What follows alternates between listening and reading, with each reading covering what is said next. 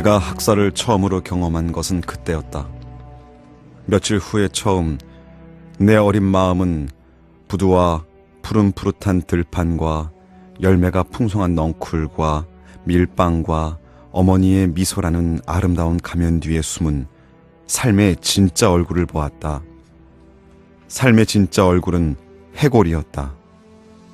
두려움도 모르고 희망도 모르며 밤낮으로 뜨고 살아가는 내면의 투명한 세 번째 눈을 훨씬 뒤에 꽃 피우고 열매 맺게 될 씨앗이 남모르게 내 몸속에 뿌려진 것 또한 이때였다.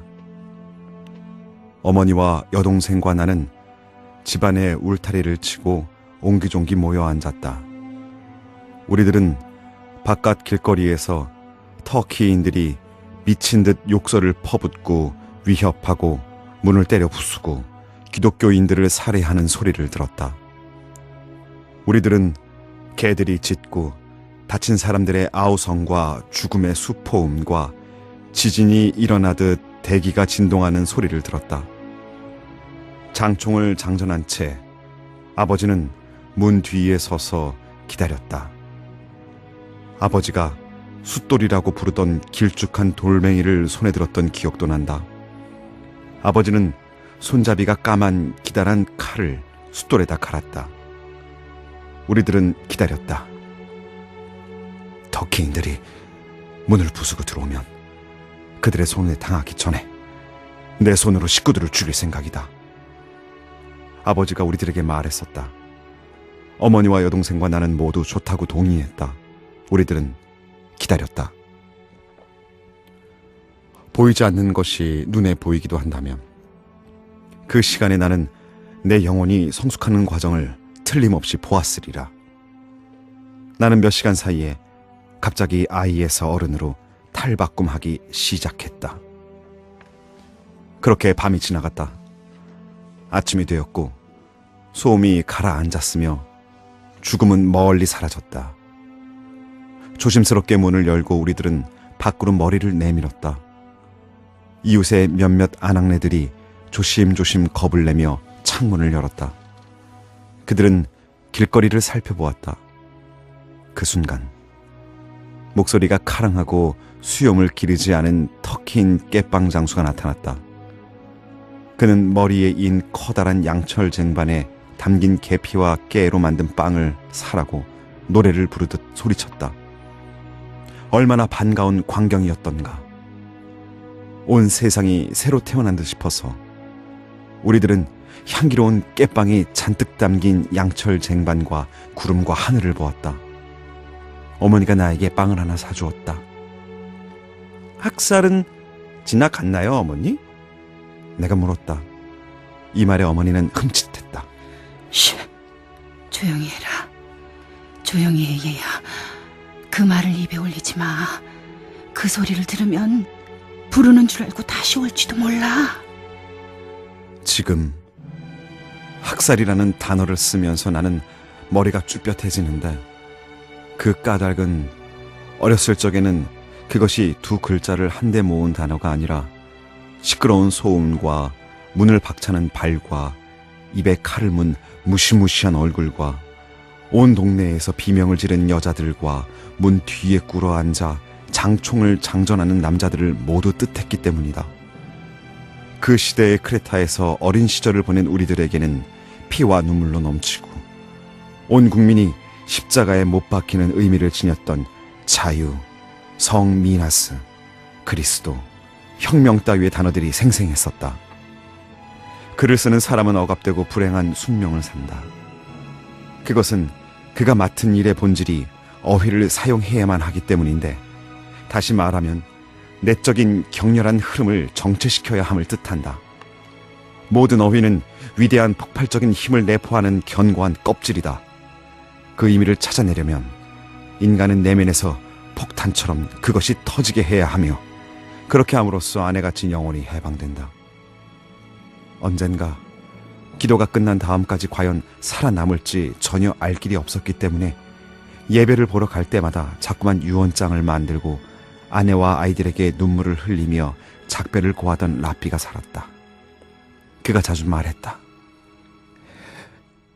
예를 들어 주님 같은 말을 하면은 나는 가슴이 찢어지는 것 같아.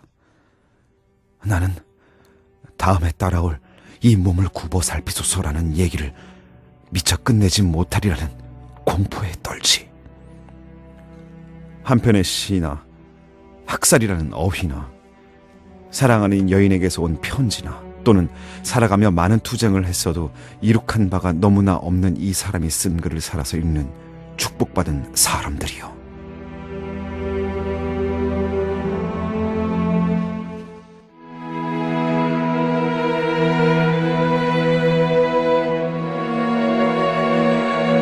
나의 젊은 시절 중 가장 중대하고 가장 굶주린 순간에 니체는 나에게 견실하고 용맹한 자양분을 주었다. 나는 푸짐하게 기름을 발랐고 인간이 스스로 몰락한 상태와 인간에 의해 몰락한 그리스도의 상태에 대해서 너무나 답답함을 느꼈다.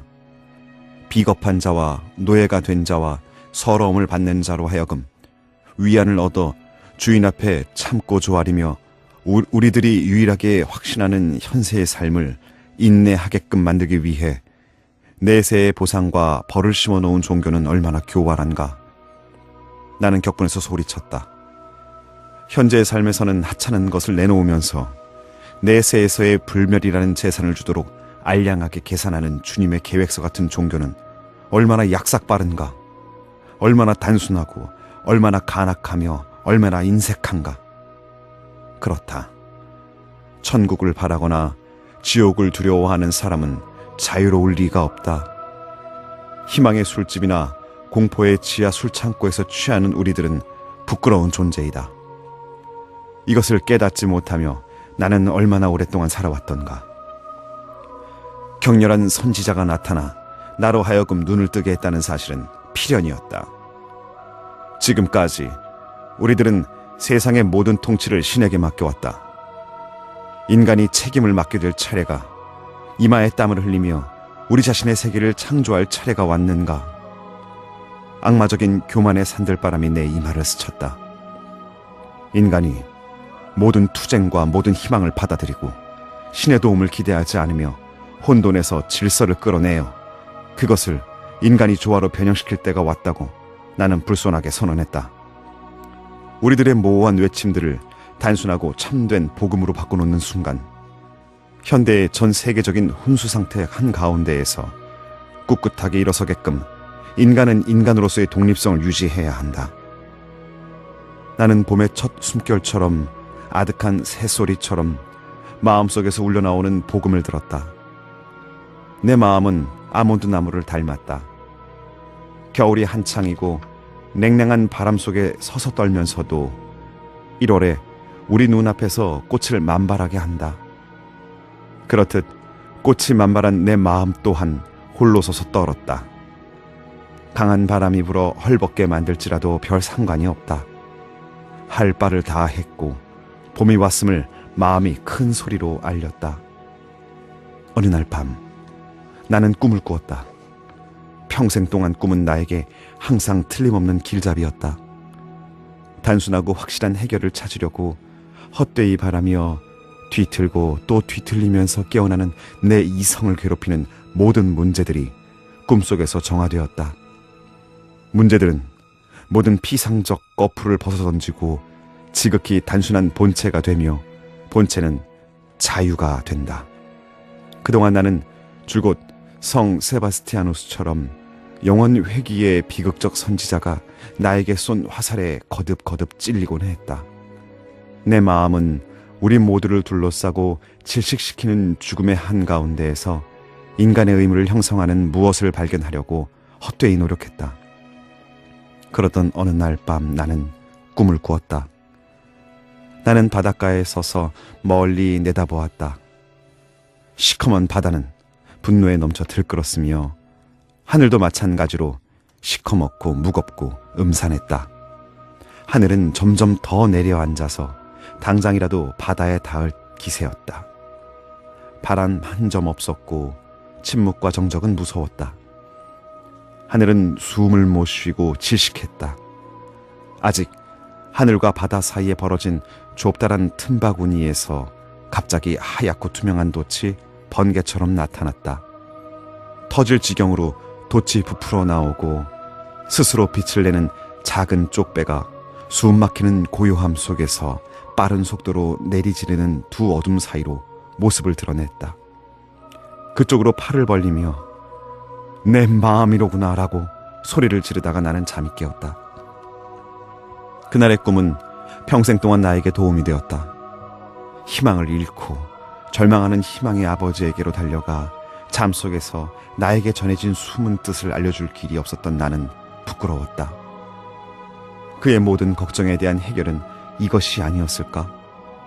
철저한 절망 속에서 그는 스스로 바람을 일으켜 항해하고 스스로 빛을 내며 어느 누구의 도움도 필요로 하지 않는 대담한 쪽배를 불러내지 않았을까?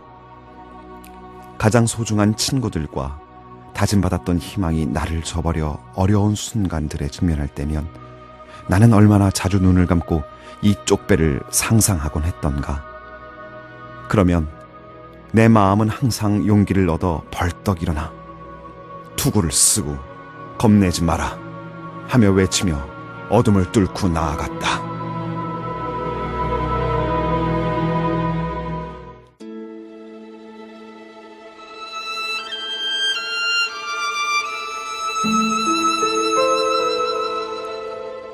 내 삶에 가장 큰 은혜를 베푼 요소는 여행과 꿈이었다.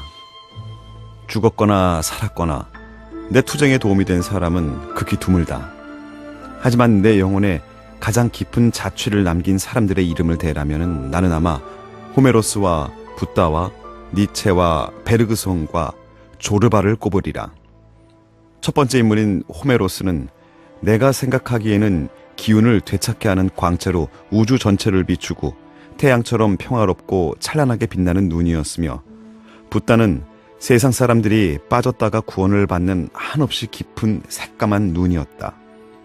베르그송은 젊은 시절에 해답을 얻지 못했던 나를 괴롭히는 철학의 온갖 문제들로부터 해방시켜 주었으며, 니체는 새로운 고뇌로 나를 살찌게 했고 불운과 괴로움과 불확실성을 자부심으로 바꾸도록 가르쳤으며, 조르바는 삶을 사랑하고 죽음을 두려워하지 말라고 가르쳤다. 힌두교에서는 이른바 구루라고 일컫고 아토스 산의 수사들이 아버지라고 부르는 삶의 길잡이를 선택해야 하는 문제가 주어졌다면 나는 틀림없이 조르바를 택했으리라. 그 까닭은 글 쓰는 사람이 구원을 위해 필요로 하는 바로 그것을 그가 갖추었으며, 화살처럼 허공에서 힘을 포착하는 원시적인 관찰력과 마치 만물을 항상 처음 보듯 대기와 바다와 불과 여인과 빵 따위의 영구한 일상적 요소에 처녀성을 부여하게끔 해주며, 아침마다 다시 새로워지는 창조적 단순성과 영혼보다 우월한 힘을 내면에 지닌 듯 자신의 영혼을 멋대로 조종하는 대담성과 신선한 마음과 분명한 행동력, 그리고 마지막으로 초라한 한 조각의 삶을 안전하게 더듬거리며 살아가기 위해 하찮은 겁쟁이 인간이 주변에 세워놓은 도덕이나 종교나 고향 따위의 모든 울타리를 때려 부수려고 조르바의 나이 먹은 마음에서 희생의 힘을 분출해야 하던 결정적 순간마다 인간의 백석보다도 더 깊고 깊은 샘에서 쏟아져 나오는 야수적인 웃음을 그가 지녔기 때문이었다. 굶주린 영혼을 만족시키기 위해 오랜 세월에 걸쳐 책과 선생들에게서 받아들인 영양분과 겨우 몇 달 사이에 조르바에게서 얻은 꿋꿋하고 용맹한 두뇌를 돌이켜보면 나는 격분과 쓰라린 마음을 견디기가 힘들다. 그가 나에게 한 말과 나를 위해 그가 주었던 춤과 갈탄을 찾는답시고 수많은 노동자들과 크레타 해안에서 6달 동안 땅을 파며 지내던 무렵 그가 나를 위해 연주한 산토르를 회상하면서 내가 어찌 가슴 벅찬 흥분을 느끼지 않을 수 있겠는가. 우리 두 사람 다 현실적인 목표란 세상 사람들의 눈을 속이기 위한 먼지를 따름이라는 사실을 잘 알고 있었다. 우리들은 어서 해가 지고 일꾼들의 일을 끝마쳐서 우리 두 사람이 바닷가에 저녁상을 차려놓고 맛 좋은 시골 음식을 먹고 시큼한 크레타 포도주를 마시며 얘기를 시작할 시간만 기다렸다. 나는 거의 입을 열지 않았다. 지적 능력이 귀신 같은 사람에게 무슨 말을 하겠는가?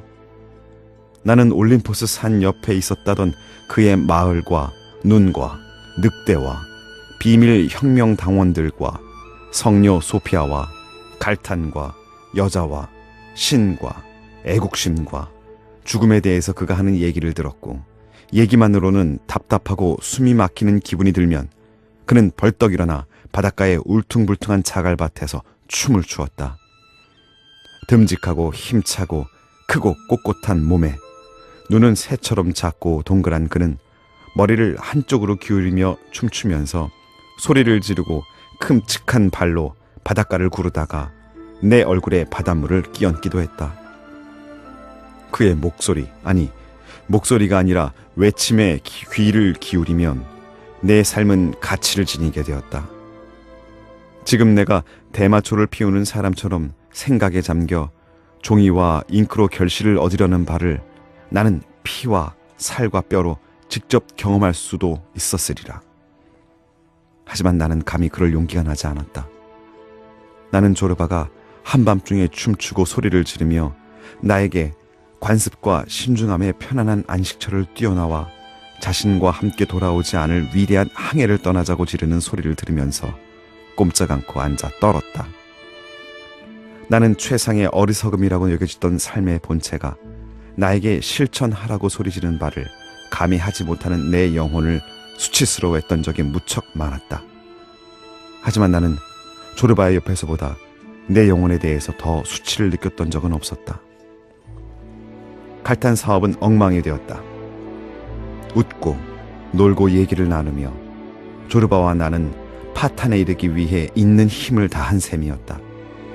우리들은 갈탄을 캐내려고 땅을 파지는 않았으니 그것은 조르바가 항상 웃음을 터뜨리며 말했듯이 갈탄 채취란 그들이 우리들에게 레몬 찌꺼기 세례를 하지 못하게 막기 위해 순진하고 신중한 사람들에게 보이려는 핑계에 지나지 않는 짓이었다.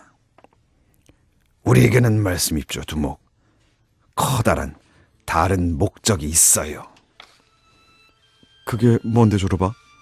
내가 물었다. 보아하니 우리 마음속에 어떤 악마들이 묻혔는지를 캐보려는 모양이에요. 착하신 우리 삼촌이 나에게 준 돈을 우리들은 별로 많은 시간도 걸리지 않고 없애버렸다. 일꾼들을 애고하고 나서 우리들은 양고기를 굽고 작은 나무통에 포도주를 가득 채우고 채석장 터로 쓰던 물가에 음식을 차려놓고는 먹고 마시기 시작했다. 조르바는 산투르를 집어들었다. 늙어 주름진 목을 길게 뽑고 그는 아마네를 한 곡 부르기 시작했다. 우리는 먹고 마셨다. 나는 그렇게 기분이 좋았던 적이 없었다.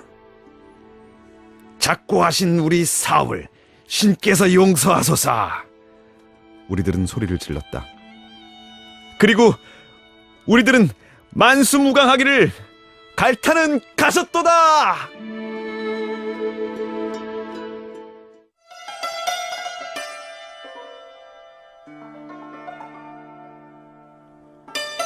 어떻게 해서 산투르를 다 배우게 되었죠? 20살 때였어. 내가 그때 올림포스 산기슭에 있는 우리 마을에서 처음 산투르 소리를 들었지. 혼을 쭉 빼놓는 것 같수디다. 사흘 동안 밥을 못 먹을 정도였으니까. 어디가 아파서 그러느냐? 우리 아버지가 묻습디다. 아버지 영원히 화평하시기를. 산투르를 배우고 싶습니다. 창피하지도 않느냐? 네가 집시냐 거지 깡깽이가 되겠다는 거냐? 저는 산투르가 배우고 싶습니다. 결혼하려고 꼽을 쳐둔 돈이 좀 있었지요. 유치한 생각이었소마는 그 당시에는 대가리도 덜 여물었고 혈기만 왕성했지. 병신같이 결혼 같은 걸 하려고 마음먹었다니. 아무튼 있는 걸 몽땅 털고 몇 푼 더 보태 산투르를 하나 샀지요. 지금 당신이 보고 있는 바로 이놈입니다. 나는 산투르를 들고 살로니카로 뛰어 터키인 레트셉 에펜디를 찾아갔지요. 그는 아무에게나 산투르를 가르쳐 주었지요. 그 앞에 일단 넙주 엎드리고 봤어요. 왜 그러느냐, 꼬마 이교도야. 산투르를 배우고 싶습니다. 우냐, 그런데 왜 내 발밑에 엎드렸느냐? 월사금으로 낼 돈이 없습니다. 산투르에 단단히 미친 게로구나. 네. 그럼 여기 있어도 좋다, 젊은 친구. 나는 월사금을 받지 않는단다. 나는 1년을 거기 있으면서 공부했지요. 하나님이 그 영감의 무덤을 돌보아 주시기를. 지금쯤 아마 죽었을 겁니다. 그 하나님이 개도 천당에다 들여놓으신다면 레트셉 에펜디에게도 천당 문을 활짝 열어주실 것이외다. 산투르를 다룰 줄 알게 되면서 나는 전혀 딴 사람이 되었어요. 기분이 좋지 않을 때나 빈털터리가 될 때는 산투르를 칩니다. 그러면은 기운이 생기지. 내가 산투르를 칠 때는 당신이 말을 걸어도 좋습니다마는 내게 들리지는 않아요. 들린다고 해도 대답 못해요. 해봐야 소용없어요. 안 되니까. 그 이유가 뭐죠, 조르바? 이런 모르시는군. 정열이라는 것이지요. 바로 그게 정열이라는 것이지요. 문이 열렸다. 바닷소리가 다시 카페로 쏟아져 들어왔다. 손발이 얼고 있었다. 나는 구석으로 깊숙이 몸을 웅크리고는 외투로 몸을 감쌌다. 나는 그 순간에 행복을 음미했다. 어디로 간다? 여기서는 좋다만 이 행복이 오래 계속되었으면 좋겠다. 나는 이런 생각을 하면서 앞에 선 사나이를 뜯어보았다. 그의 시선이 내게 박혀 있었다. 동공이 까만 그의 눈은 작고 둥글었으며 흰자 위에는 빨갛게 핏발이 서 있었다. 그 눈은 나를 꿰뚫고 구석구석 뒤지는 것 같았다. 그래서요? 이야기 계속 하시죠. 내가 채근했다. 조르바가 다시 앙상한 어깨를 들었다 놓고는 내뱉듯이 말했다. 그만둡시다. 담배 한 대 주시겠어? 담배를 한 갭이 뽑아주었다. 그는 주머니에서 부싯돌 라이터를 꺼내 불을 댕겼다. 그러고는 느긋한 표정으로 눈을 반쯤 감았다. 결혼했습니까? 난 사내가 아닌가요? 나는 뭐 수컷도 아닌가? 눈깔이 멀었지. 나보다 먼저 살고 간 사람들처럼 나도 개골창에 대가리를 집어넣었던 겁니다. 결혼해보았다 이 말이죠. 그리고는 내리막길을 걸었어요. 가장이 되고 집을 짓고 새끼를 둘씩이나 까고. 하지만 뭐 산투르 덕분에 이렇게. 근심 걱정을 잊으려고 산투르를 치셨던 게로군요. 이것 보쇼. 보아하니 당신은 악기 하나 못 만지는 모양인데 대체 무슨 소리를 하고 있는 거요? 집구석에 들어가면 있는 거는 근심 걱정뿐. 응? 아이고, 마누라가 그렇고 새끼들이 그렇지 않소. 무엇을 먹을까, 무엇을 입을까, 장차 이러다가 무엇이 될까. 이런 젠장. 이래서는 안 돼요. 산투르를 치려면 환경이 좋아야 해요. 마음이 깨끗해야 하는 거요. 마누라가 한마디로 될 걸 10마디 잔소리로 늘어놓는다면 무슨 기분으로 산투르를 치겠어. 새끼들이 배고프다고 빽빽거리는데 산투르를 어떻게 치겠어. 산투르를 치려면 온갖 정성을 산투르에만 쏟아야 돼요. 알아듣겠어? 그렇다. 나는 그제야 알아들었다. 조르바는 내가 오랫동안 찾아다녔으나 만날 수 없었던 바로 그 사람이었다. 그는 살아있는 가슴과 커다랗고 푸짐한 언어를 쏟아내는 입과 위대한 야성의 영혼을 가진 사나이. 아직 모태인 대지에서 탯줄이 떨어지지 않은 사나이였다.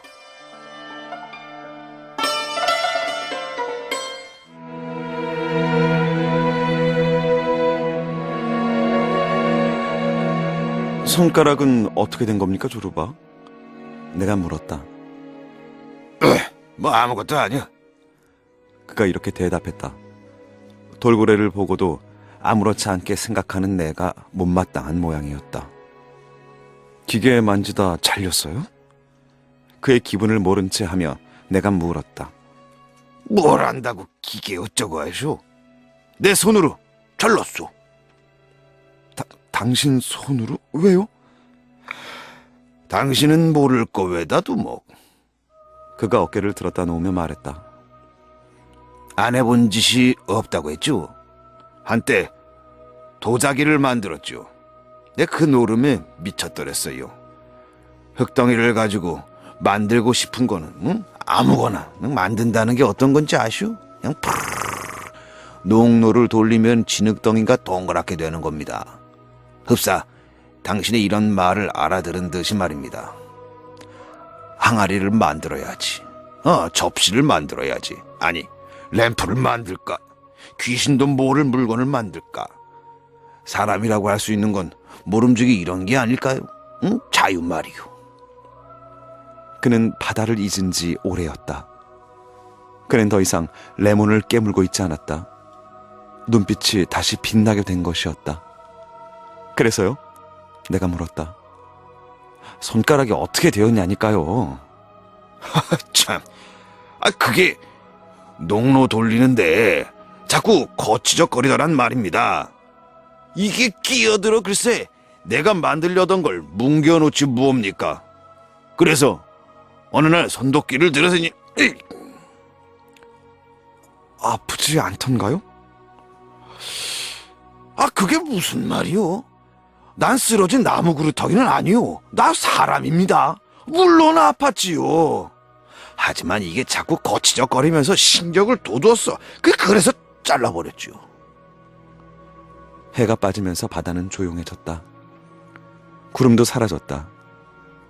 밤별이 빛나기 시작했다. 나는 바다를 보고 하늘을 바라보면서 후회했다.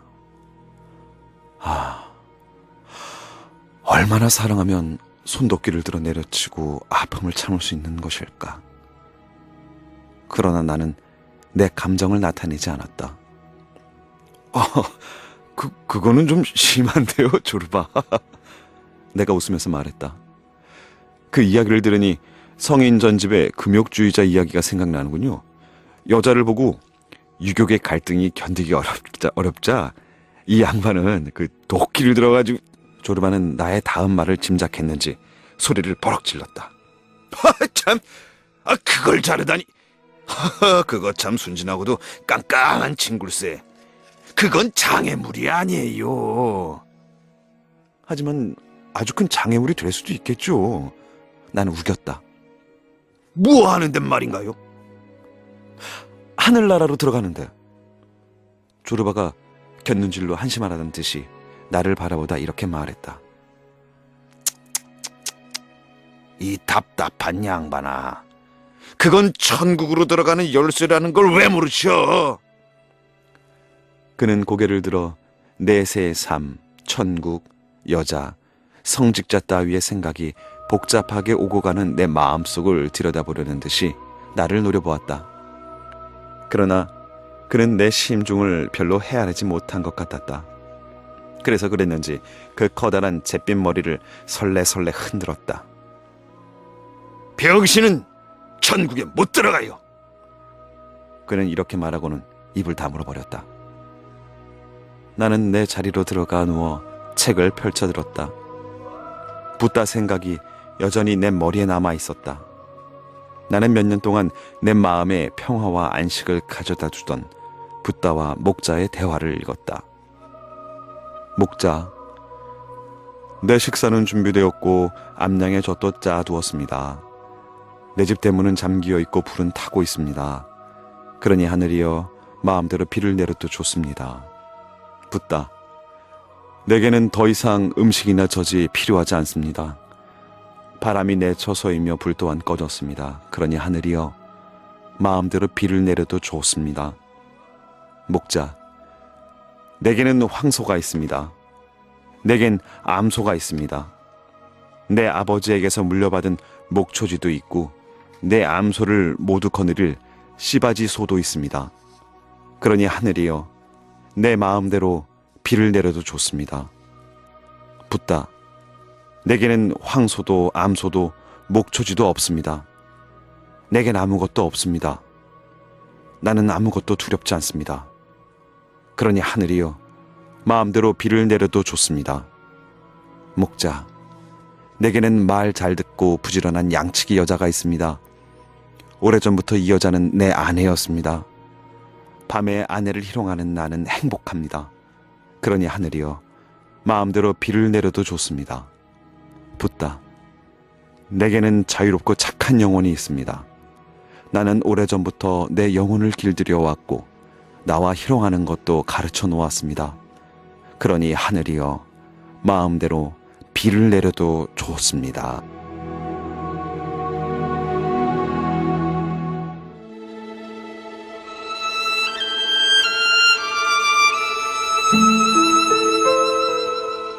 조르바가 고개를 돌려 어이없다는 얼굴로 나를 바라보았다.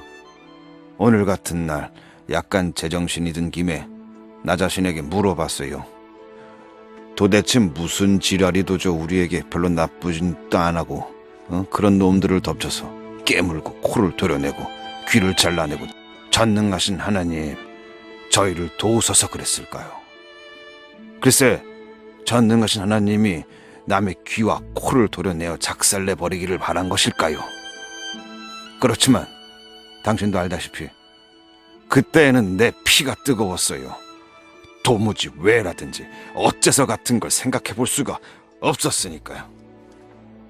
사물을 제대로 보고 생각을 하려면은 나남없이 나이 처먹어 분별이 좀 생기고 이빨도 좀 빠져야 합니다.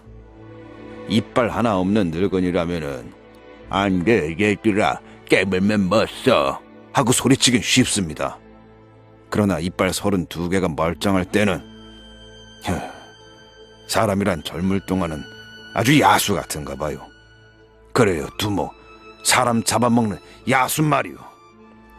그가 고개를 절레절레 흔들었다. 그래, 늙은 올빼미들은 도대체 뭐라고들 한답디까?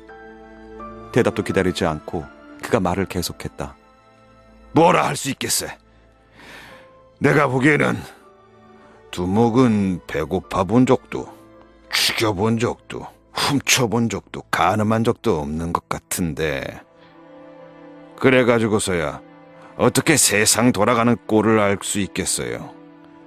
당신 머리는 순진하고 살갗은 햇빛에 타보지 않았어요. 그는 노골적으로 무시하고 있었다. 나는 내 섬약한 손과 창백한 얼굴, 피투성이가 되어 진창을 굴러보지 못한 내 인생이 부끄러웠다. 좋아요. 조르바는 스펀지로 닦아내듯이 그 큰 손으로 식탁 위를 닦았다. 아니, 좋다니까요. 하지만 당신에게 묻고 싶은 게 한 가지 있어. 당신은 수백 권의 책을 읽었을 테니까 아마 해답을 알고 있을 거예요. 말해보세요, 조르바. 묻고 싶은 게 뭐죠? 두목, 여기 기적 비슷한 게 일어나고 있습니다. 참 웃기는 기적이어서 기가 막힐 지경이요. 우리는 독립군이 되어 그 지랄을 했는데, 사기치고 훔치고 죽이고 했는데, 그 때문에 게르기오스 왕자가 크레타로 왔답니다. 그러고는 자유라니. 그는 놀라움으로 휘둥그레진 눈으로 나를 바라보았다. 참 신기한 일입니다. 신기해도 예사로 신기한 일이 아니란 말입니다. 결과적으로 우리가 이 더러운 놈의 세상에서 자유를 누리고 싶으면 살인을 저지르고 사기치고 해야 한다는 이야기 아닙니까? 말이 났으니까 말이지. 내가 죽이고 사기친 이야기를 다 한다면 두목, 아마 머리털 끝이 송두리째 곤두설 겁니다. 그런데도 그 결과 웃겨. 자유라니. 우리 같은 것들에게 벼락을 내리지 않고 자유를 주신 하느님이라니 나는 이해할 수가 없어요. 그는 도움을 구하는 듯이 나를 바라보았다. 그 문제로 꽤 오래 고민해보았으나 그 의미를 헤아릴 수 없을 때 오는 괴로움이 그의 표정에 역력했다. 두목은 이해할 수 있겠어요? 그가 괴로운 듯이 내게 물었다. 이해하다니 뭘? 내가 무슨 이야기를 들려줄 수 있단 말인가? 우리가 하느님이라고 부르는 것은 존재하지 않을 뿐만 아니라 우리가 살인자라고 부르는 것, 나쁜 짓이라고 부르는 것도 세계의 자유를 위한 투쟁에는 필요한 것이라고 해야 한단 말인가?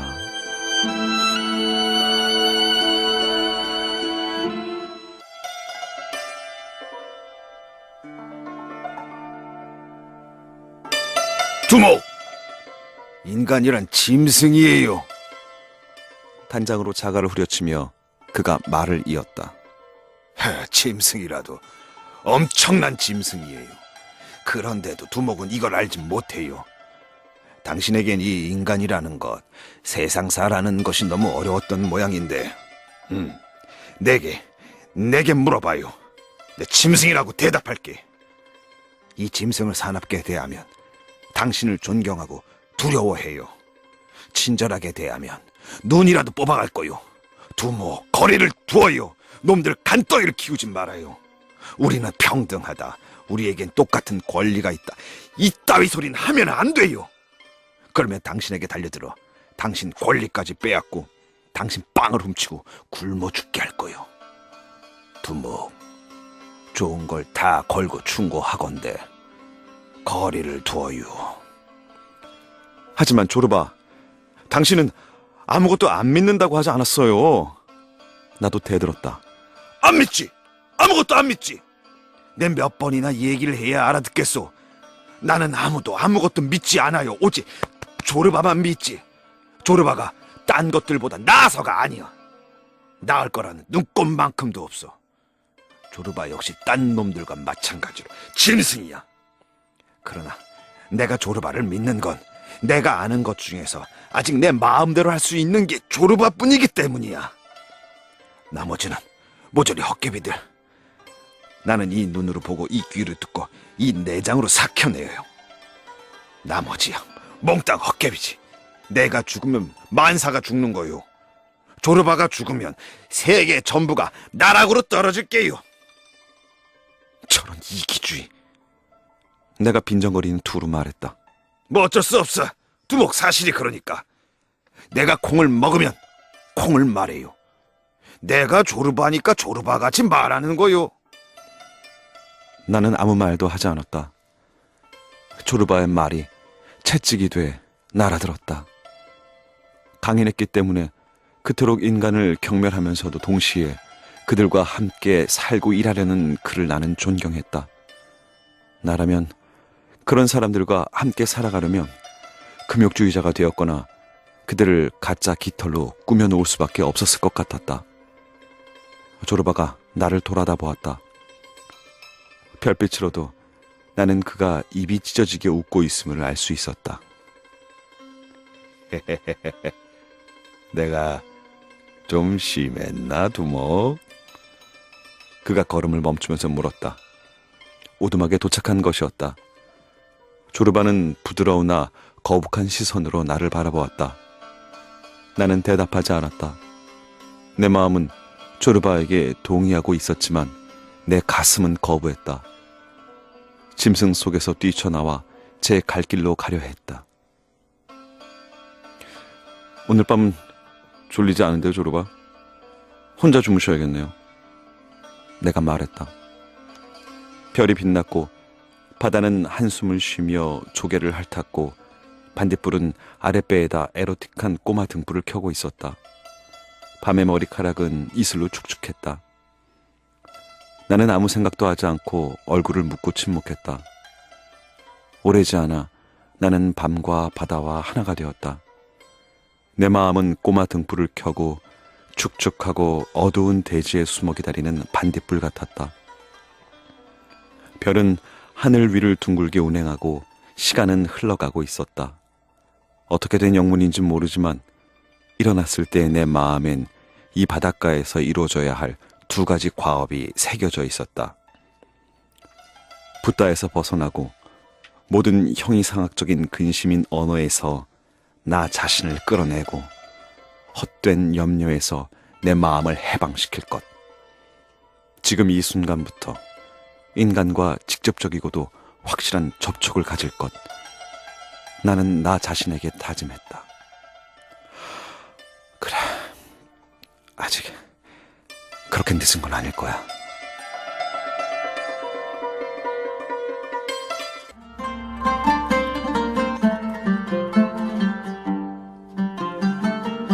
두목, 사람들 좀 그대로 놔둬요.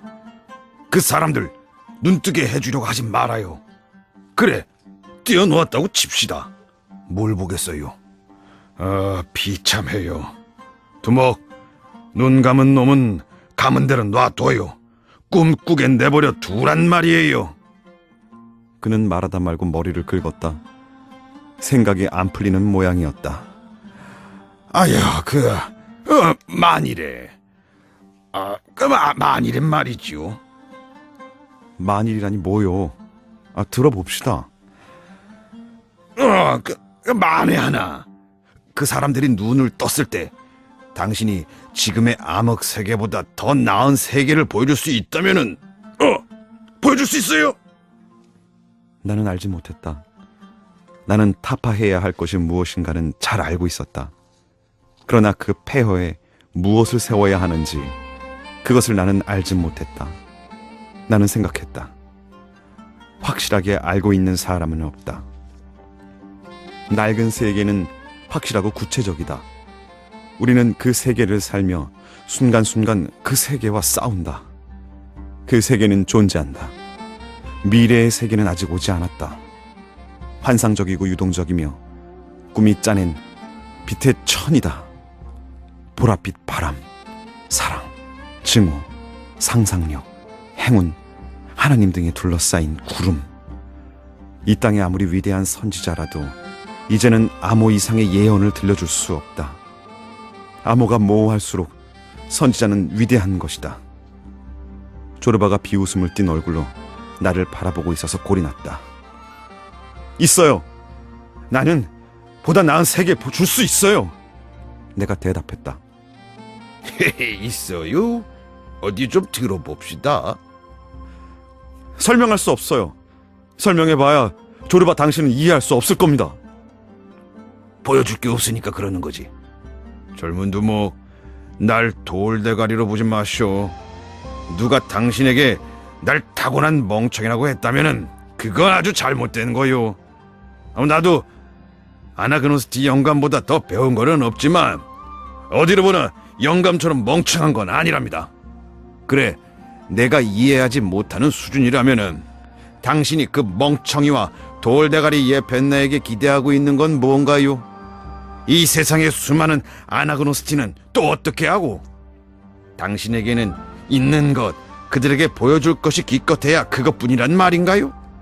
그 사람들 지금까지 잘들 살아왔어요. 새끼 낳고 손자도 보고. 하나님이 그자들을 귀머거리나 장님으로 만들었어도 하나님을 찬양하리로다 어쩌고 합니다.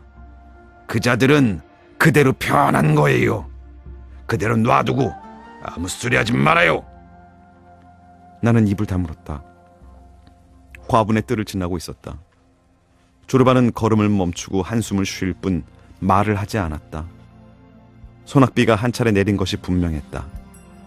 공기에서 싱싱한 흙냄새가 났다. 별이 나와 있었다. 초승달이 빛나고 있었다. 달은 초록빛이 감도는 노란색의 부드러운 차양 같았다. 하늘 가득히 따사로움이 흘렀다. 이런 생각이 들었다. 조르바는 학교 문 앞에도 가보지 못했고 그 머리는 지식의 세례를 받은 일이 없다. 하지만 그는 만고풍상을 다 겪은 사람이다. 그래서 그 마음은 열려있고 가슴은 원시적인 배짱으로 고스란히 잔뜩 부풀어 있다. 우리가 복잡하고 난해하다고 생각하는 문제를 조르바는 칼로 자르듯 알렉산드로스 대왕이 고르디아스의 매듭을 자르듯이 풀어낸다. 온몸에 체중을 실어 두 발로 대지를 밟고 있는 이 조르바의 겨냥이 빗나갈 리 없다.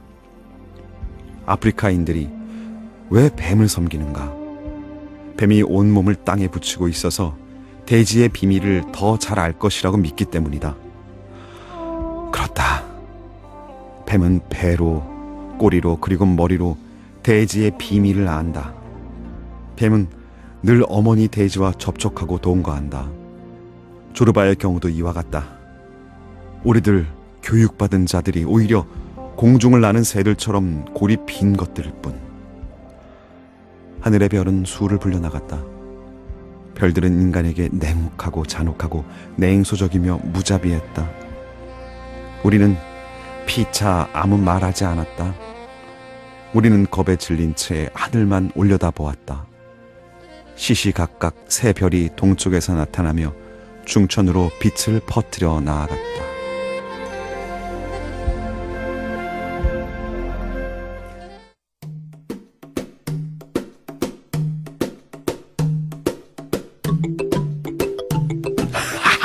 춤 추시겠어? 춤 춥시다. 그가 내게 졸랐다. 저 싫습니다. 싫다고? 그는 어리둥절해진 채 두 팔을 양옆으로 툭 떨고 대롱거리게 했다. 왜? 뭐 좋습니다. 잠시 후에 그가 말했다. 그럼 나 혼자 추겠어, 두목. 멀찌감치 떨어져 앉으시오. 확 받아버리지 않게 말이오. 그는 펄쩍 뛰어 오두막을 뛰쳐나가 신발과 코트와 조끼를 벗고 바지가랑이를 무릎까지 걷어올리고는 춤을 추기 시작했다. 그의 얼굴엔 갈탄이 시커멓게 묻어 있었다. 눈의 흰 자위는 번쩍거렸다. 이윽고 그는 춤에다 몸을 맡기고 손뼉을 치는가 하면 공중으로 뛰어 올랐고 발끝으로 도는가 하면 무릎을 꿇었다 다리를 구부리고 다시 공중으로 뛰어 올랐다. 흡사 곰으로 만든 사람 같았다. 그는 갑자기 자연의 법칙을 정복하고 날아가려는 듯이 공중으로 펄쩍 뛰어 올랐다. 그를 보고 있노라면 늙은 육신 속에 그 몸을 들어다 어둠 속에 유성처럼 던져버리고 싶어 안달을 부리는 영혼이 하나 있는 것 같았다. 올해는 공중에 머물 수 없어서 땅에 떨어질 때마다 그의 몸은 몹시 흔들렸다. 그러나 그의 몸은 사정없이 흔들리면서도 다시 더 높이 뛰어올랐다. 뛰어올랐지만 그의 불쌍한 육신은 쉴 새 없이 다시 땅에 떨어졌다. 조르바는 상을 찌푸렸다. 그의 얼굴은 놀라우리만치 비장했다. 소리도 더 이상 지르지 않았다. 이를 악문 그는 불가능을 성취하려고 악전고투를 벌이고 있었다. 조르바! 조르바 그만하면 됐어요. 됐습니다. 내가 소리를 질렀다. 나는 그의 늙은 육신이 그 난폭한 폭력을 견디지 못하고 공중에서 수천 조각으로 찢어져 바람에 사방으로 날릴 것만 같아 두려웠다. 하지만 내 고함 소리가 무슨 소용이 있으랴. 조르바에게 어떻게 지상에서 지는 내 고함 소리가 들릴 수 있으랴. 그의 오장육부는 새가 되어 가고 있었던 것이었다. 나는 불안한 시선으로 그의 거칠고 결사적인 춤을 쫓았다. 어렸을 때 나는 내 상상을 마음대로 비약시키고 친구들에게는 나 자신까지도 믿게 되어버린 그 상상을 엄청난 거짓말로 말한 기억이 있었다. 너희 할아버지가 어떻게 돌아가셨는데? 어느 날 학교의 꼬마 친구 하나가 이렇게 물었다. 즉석에서 나는 신화를 만들어내었다. 나는 신화를 만들어내는 족족 스스로 믿어버렸다. 우리 할아버지는 흰 수염을 날리던 분으로 고무신을 신고 다니셨지? 어느 날 할아버지는 우리 집 지붕에서 팔쩍 뛰어오르셨는데 떨어져 땅에 닿자마자 공처럼 튀었지? 차차 더 높게 튀어 우리 집보다 더 높게 튀시더니 드디어 구름 속으로 사라지셨어? 우리 할아버지는 이렇게 돌아가셨단다? 이 신화를 만들어낸 다음엔 조그만 성 메나스 교회로 갈 때마다 바닥에 그려진 예수의 승천 그림을 보고 애들에게 그걸 가리키며 말하곤 했다. 야, 봐봐! 저기 고무신을 신은 우리 할아버지 계시잖아! 오랜 세월이 지난 지금 공중으로 뛰어오르는 조르바를 보며 나는 내가 만든 유치한 이야기에 몸을 떨며 조르바가 구름 속으로 사라져버리는 거나 아닐까 하고 마음을 졸이는 것이었다. 조르바! 조르바! 이제 그만 됐어요! 내가 다시 소리를 질렀다. 마침내 조르바가 가쁜 숨을 몰아쉬며 땅바닥에 주저앉았다. 그의 얼굴은 행복에 젖어 빛나고 있었다. 잿빛 머리카락은 이마에 들러붙었고 갈탄 가루와 뒤섞인 땀방울이 뺨과 턱으로 흘러내렸다. 나는 걱정스러워하며 그를 내려다보았다. 잠시 후 그가 중얼거렸다. 야, 이제 좀 살 것 같고 피를 좀 뽑은 것 같은 기분입니다. 아, 이제 말할 수가 있겠어요.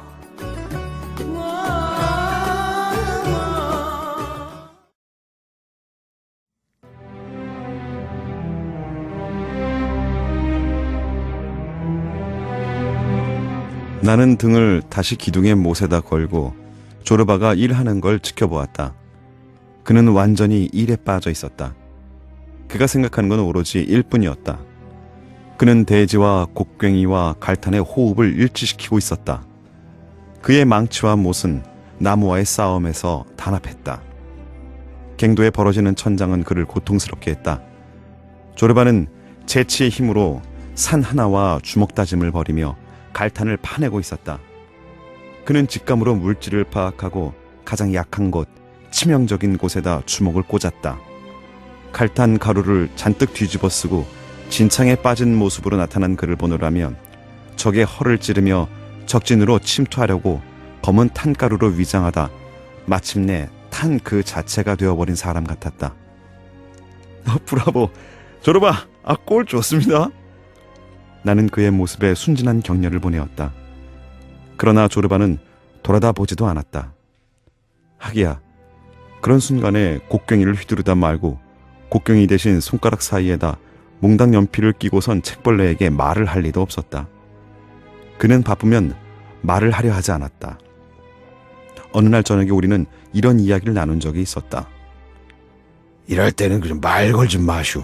뚝 부러질 것 같으니까. 부러지더니 조르바 그게 무슨 말이에요?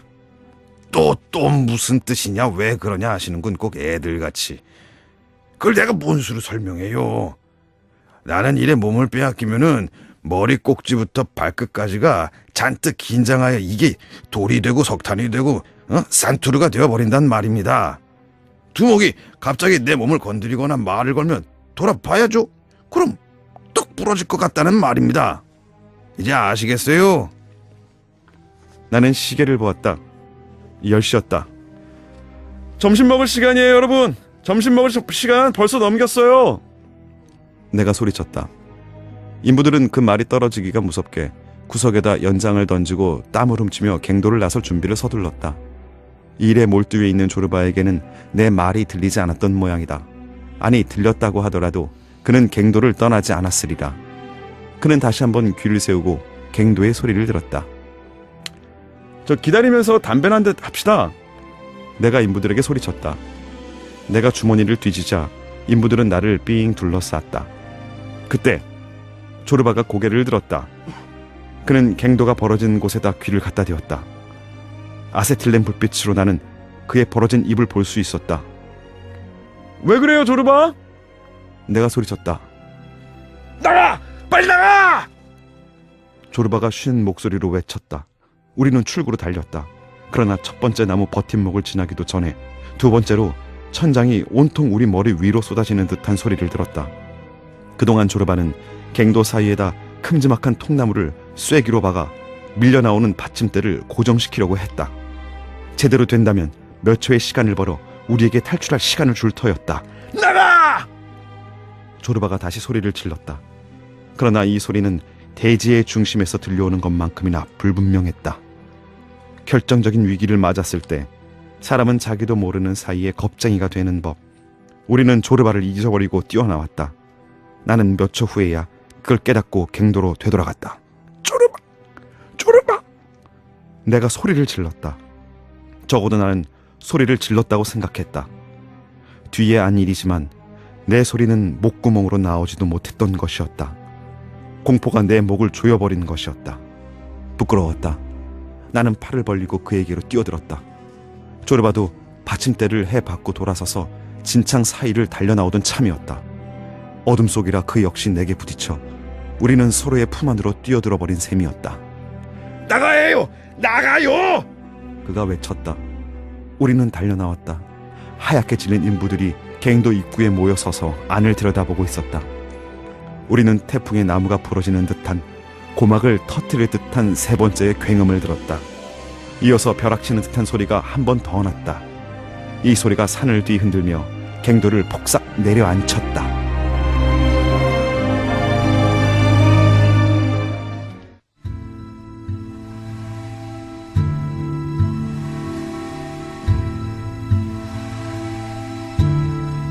나는 침대에 엎드려 눈을 감았다.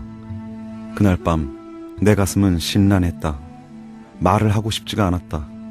잠을 이룰 수가 없었다. 그날 밤이 되기까지 내가 해왔던 행동에 설명을 붙여야 할 것 같았다. 나는 내 인생을 돌아보았다. 미적지근하고 모순과 주저로 점철된 몽롱한 반생이었다. 나는 허망한 기분으로 지난 일을 생각했다. 허공 중에서 바람을 받은 한 조각 구름처럼 내 인생은 끊임없이 모습을 바꾸어갔다. 흩어졌다가는 다시 모이고 모였다가는 다시 모습을 바꾸어 차례로 백조가 되고 개가 되고 악마가 되고 전갈이 되고 원숭이가 되었다. 구름이란 영원히 흩날리고 찢기는 존재. 구름은 하늘의 바람과 무지개에 쫓겨다니는 존재가 아닌가. 날이 밝았다. 그러나 눈은 뜨지 않았다. 나는 정신의 껍질을 깨고 개개의 인간이 한 방울씩 물로 떨어진 대해와 화합하고 어둡고 위험한 해협을 뚫는 한 가지 열망에 전력을 집중시켜 보았다. 나는 장막을 찍고 새해가 내게 가져다줄 미래를 보고 싶었다. 안녕하시오, 두목. 새해 복 많이 받으시오. 조르바의 목소리가 무자비하게 나를 땅 위로 끌어내렸다. 내가 눈을 떴을 때 마침 조르바는 오두막 문으로 큼지막한 석류 하나를 던지고 있었다. 루비 같은 석류 알맹이가 내 침대에까지 날아왔다. 몇 알을 주워 먹었다. 목구멍이 쇠락했다. 조르바는 기분이 좋은지 아침부터 떠들썩했다. 그는 세수하고 면도한 다음 제일 좋은 옷을 입었다. 그 위에다 러시아식 아스트라한 모자를 쓴 그는 수염을 꼬았다. 두목, 오늘은 회사 대표로 교회에 나갈까 해요. 놈들이 우리를 떠돌이 프리메이슨 결사쯤으로 안다면은 탄광이 득들 게 없지요. 게다가 돈 드는 게 아니고 시간 보내기에는 안성맞춤 입지요. 조르바는 허리를 구부리며 윙크하고는 속삭였다. 헤헤, 거기서 아마 과부도 만나게 될 겁니다. 하느님, 회사의 이익, 그리고 과부가 조르바의 머릿속에서는 아무 모순도 없는 조화를 이뤄내고 있었다. 나는 오두막을 나서는 그의 경쾌한 발소리를 들었다. 일어났다. 마법의 사슬은 끊어지고 내 영혼은 새로운 감옥에 감금되었다. 옷을 입고 바닷가로 나가보았다. 걸음을 빨리 했다. 위험이나 죄악에서 멀어진 것처럼 마음이 가벼웠다. 오기도 전에 미래를 엿보려 했던 아침에 지각 없는 내 짓거리가 신에 대한 모독이라도 된 것 같았다. 나는 어느 날 아침에 본 나무 등걸에 붙어있던 나비의 번데기를 떠올렸다. 나비는 번데기에다 구멍을 뚫고 나올 준비를 서두르고 있었다. 나는 잠시 기다렸지만 오래 걸릴 것 같아 견딜 수 없었다. 나는 허리를 구부리고 입김으로 데워주었다. 열심히 데워준 덕분에 기적은 생명보다 빠른 속도로 내 눈앞에서 일어나기 시작했다. 집이 열리면서 나비가 천천히 기어나오기 시작했다. 날개를 뒤로 접으며 구겨지는 나비를 본 순간의 공포는 영원히 잊을 수 없을 것이다. 가엾은 나비는 그 날개를 펴려고 파르르 몸을 떨었다. 나는 내 입김으로 나비를 도우려고 했으나 허사였다. 번데기에서 나와 날개를 펴는 것은 태양 아래서 천천히 진행되어야 했다. 그러나 때늦은 다음이었다. 내 입김은 때가 되기도 전에 나비를 날개가 쭈그러진 채 집을 나서게 한 것이었다. 나비는 필사적으로 몸을 떨었으나 몇 초 뒤 내 손바닥 위에서 죽어갔다. 나는 나비의 가녀린 시체만큼 내 양심을 무겁게 짓누르는 것은 없었다고 생각한다. 오늘날에야 나는 자연의 법칙을 거스르는 행위가 얼마나 무서운 죄악인가를 깨닫는다. 서둘지 말고 안달을 부리지도 말고 이 영원한 리듬에 충실하게 따라야 한다는 것을 안다. 나는 바위 위에 앉아 새의 아침을 생각했다. 그 불쌍한 나비라도 내 앞에서 몸을 뒤척이며 내가 갈 길을 일러준다면 참 좋겠다 싶었다.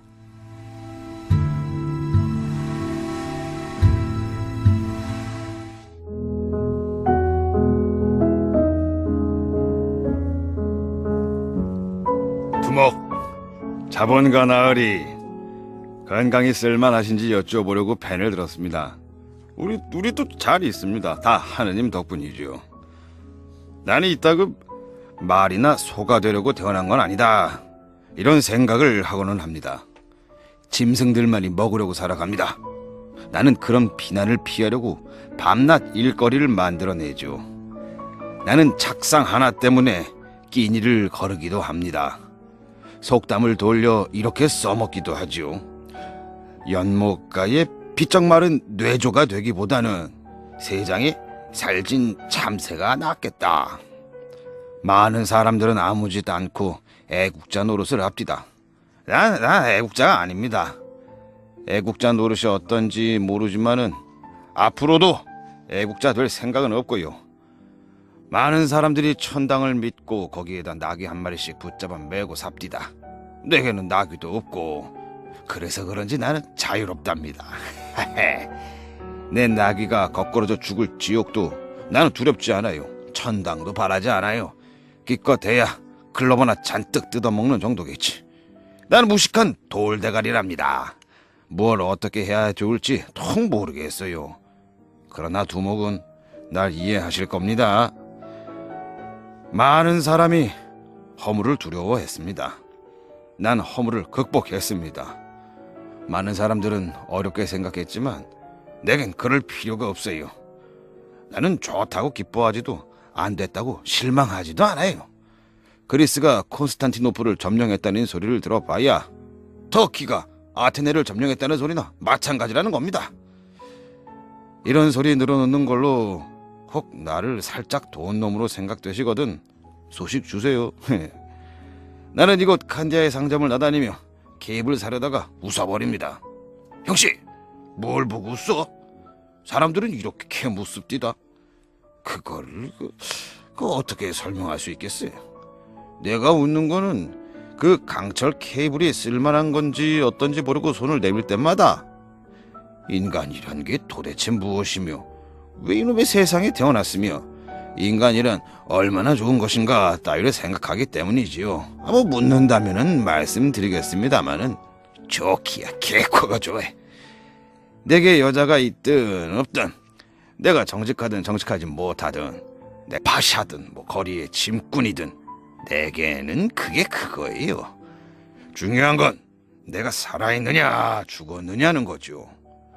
악마나 하나님이 부르면은 그러면 죽고 구린의 나는 송상이 될 거고, 그래서 냄새로 산 사람을 저만치 쫓게 되겠지요. 두모 아시겠슈? 나는 악마나 하나님이나 그게 그거라고 생각해. 사람들은 할 수 없이 나를 넉자 땅 밑에 쳐놓고야 코를 싸주지 않게 될 겁니다. 그런데 내게는 아주 겁이 나는 문제가 하나 있어서 두목에게 좀 물어봐야겠습니다. 딱 한 가지. 이 내 두려운 게 무엇인고 하니 이게 바로 마음에서 온 겁니다. 근데 이것 때문에 밤이고 낮이고 마음이 편치를 못해. 두목, 내 겁나는 게 무엇인고 하니 나이 먹는 거요. 하늘이 우리를 지켜주소서. 죽는다는 거는 그거 아무것도 아닙니다. 깨하고 죽고 촛불 꺼지고 뭐 그런 거 아닙니까? 그러나 늙는다는 건 이 창피한 노릇입니다. 나이 먹어가는 걸 인정한다는 건 예사로 창피한 노릇이 아닙니다. 그래서 사람들이 그걸 눈치채지 못하도록 별짓 다 하는 거죠. 뛰고 춤출 때는 등이 아프지만 아무렇지도 않은 듯이 뛰고 춤춥니다. 술을 마시고 취하면은 세상이 빙글빙글 돕니다만 난 주저앉지 않아요. 나는 멀쩡한 듯이 뛰고 놉니다.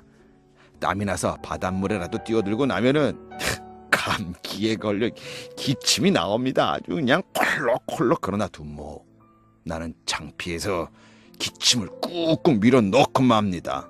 내 기침하는 거 본 적 있습니까? 없어요, 없을 겁니다. 당신은 내가 다른 사람들 앞에서만 그러는 줄 아실 겁니다만 아니에요. 나 혼자 있을 때도 그럽니다. 나는 조르바 앞에서도 창피한 겁니다. 어떻게 생각하시오, 두목? 나는 조르바 앞에서도 창피하다는 겁니다.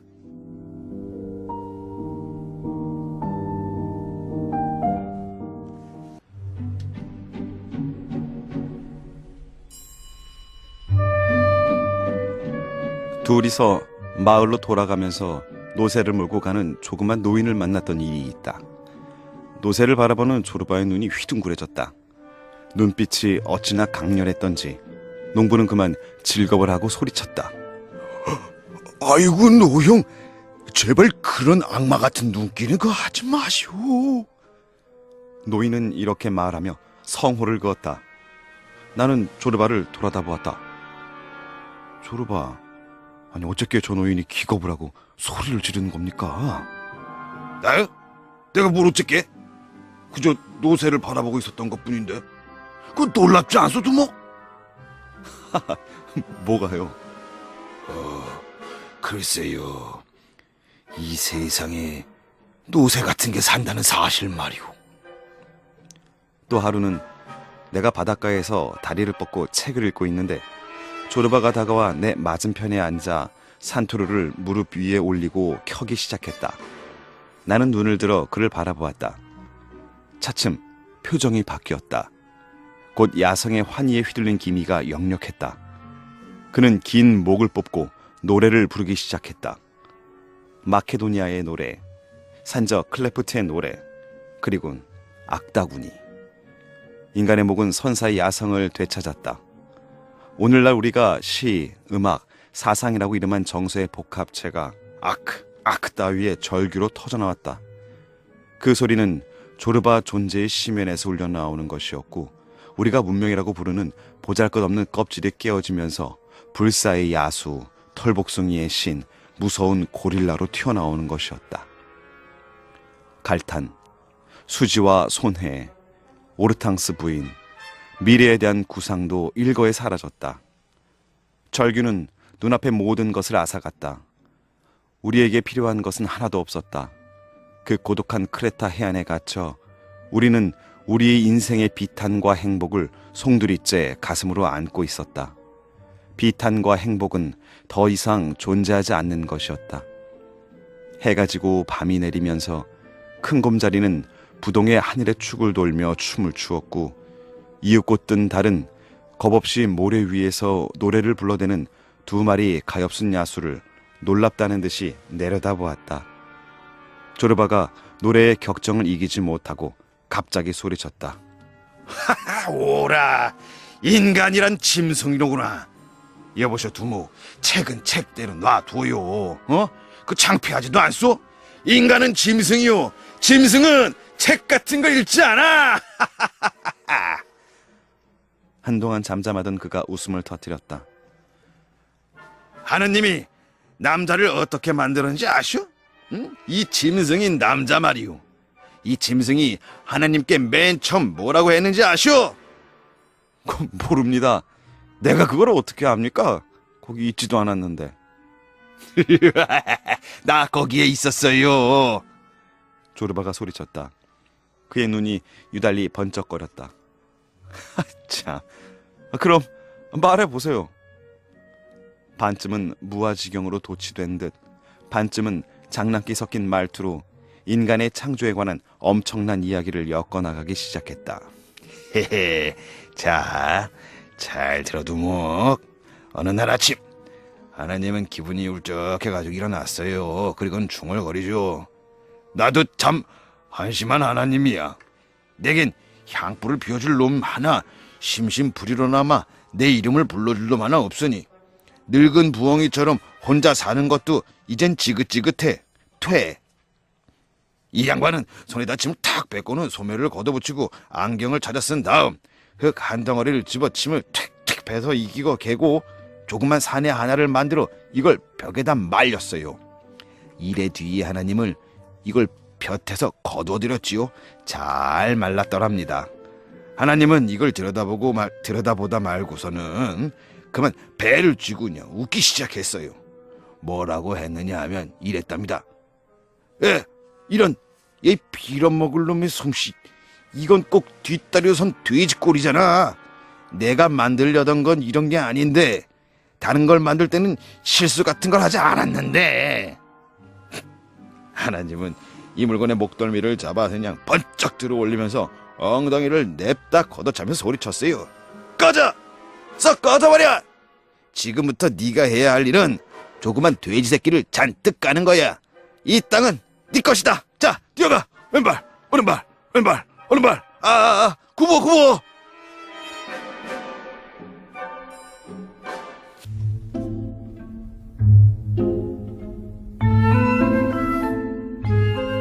나는 조르바에게 신호를 보냈다. 우리는 마당으로 나왔다.